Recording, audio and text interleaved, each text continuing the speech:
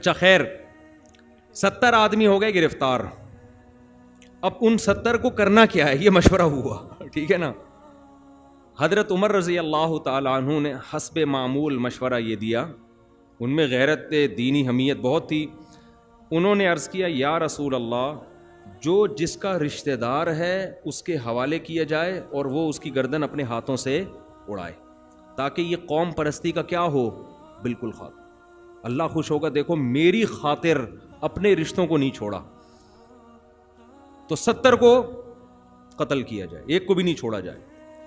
نبی صلی اللہ علیہ وسلم کی رائے ایسے موقعوں پہ ہمیشہ نرم رہی ہے. حضرت ابو بکر کی رائے بھی ہمیشہ ایسے موقعوں پہ نرم رہی ہے. حضرت ابو بکر ذرا نرم دل تھے، اور ہمارے نبی کی طبیعت پہ تو تھا ہی جمال غالب. تو آپ کا مشورہ یہ تھا کہ یہ ہمارے اپنے لوگ ہیں، آج یہ ہمارے دشمن ہیں، کل یہ ہمارے دوست بھی بن سکتے ہیں، تو کیوں نہ ہم ان کو فدیہ لے کے چھوڑ دیں. فدیہ سے فائدہ یہ ہوگا ہمارے معاشی حالات اچھے ہوں گے. دوسرا، ان میں جن کو پڑھنا آتا ہے ان سے ہم پڑھنا سیکھ لیں، تو مدینہ میں ہمارے بچے کیا ہو جائیں گے، لکھنا پڑھنا جان جائیں گے. ان سے فائدہ اٹھایا جائے، ان کو چھوڑ دیا جائے، کیونکہ یہی لوگ کل ہمارے دست و بازو بھی بن سکتے ہیں. کیونکہ نبی جانتے تھے نا ان کی صلاحیتیں، یہی ہمارے کل مددگار بنیں گے. تو مشورے پر عمل ہوا، اور آپ صلی اللہ علیہ وسلم نے ان سب کو فدیہ لے کے چھوڑ دیا. لیکن قرآن میں اللہ نے اس پر تنبیہ فرمائی، اور اللہ نے فرمایا کہ اللہ کو آپ کا فدیہ لے کے ان کو چھوڑنے کا عمل پسند نہیں آیا. تبتغوا تریدون عرض الدنیا، تم دنیا کے پیسے چاہتے ہو. کیا مطلب؟ یہ وہ لوگ تھے جنہوں نے اس قدر اسلام کو نقصان پہنچایا. تو ایسے موقع پہ اللہ نے حمایت کس کی؟ حضرت عمر کی. حضرت عمر جب حضرت ابو بکر اور نبی کے پاس گئے تو دیکھا وہ بیٹھے رو رہے ہیں. عرض کیا یا رسول اللہ آپ کیوں رو رہے ہیں؟ فرمایا اللہ کا عذاب قریب تھا کہ ہم پہ نازل ہو جاتا، لیکن پھر اللہ نے اپنا رحم کر کے اس عذاب کو ہم سے ساقط کر دیا. تو کچھ کام حضرت عمر نے ایسے کیے ہیں کہ حضرت عمر نے وہ مشورہ دیا اور وہ مشورہ آسمان سے آیتیں بن کے نازل ہوا. حضرت عمر نے مشورہ دیا کہ آپ پردے کا حکم دیں مسلمان عورتوں کو.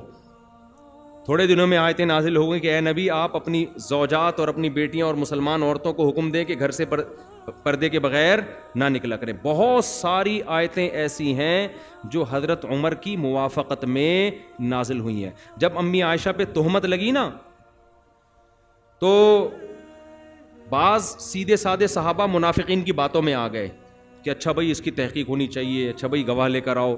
حضرت عمر کو جب پتہ چلا نا کہ امی عائشہ پہ تہمت لگی ہے، حضرت عمر نے فرمایا سبحانک ھذا بہتان عظیم.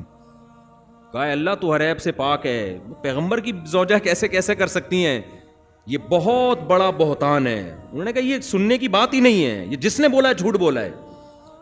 قرآن نے جب آیتیں نازل کی نا حضرت عائشہ کی براءت میں اور حضرت عائشہ کی پاک دامنی میں، تو بالکل قرآن کے الفاظ یہی تھے. صحابہ کو اللہ نے تنبیہ کی لولا سمعتموہ قلتم ما یکون لنا ان نتکلم بہذا، تم نے یہ کیوں نہیں کہا کہ ہم اس پہ بات بھی نہیں کریں گے. سبحانک ھذا بہتان عظیم، یہ تو بہت بڑا بہتان ہے. تو یہ آیت بھی کس کی موافقت میں تھی؟ حضرت عمر.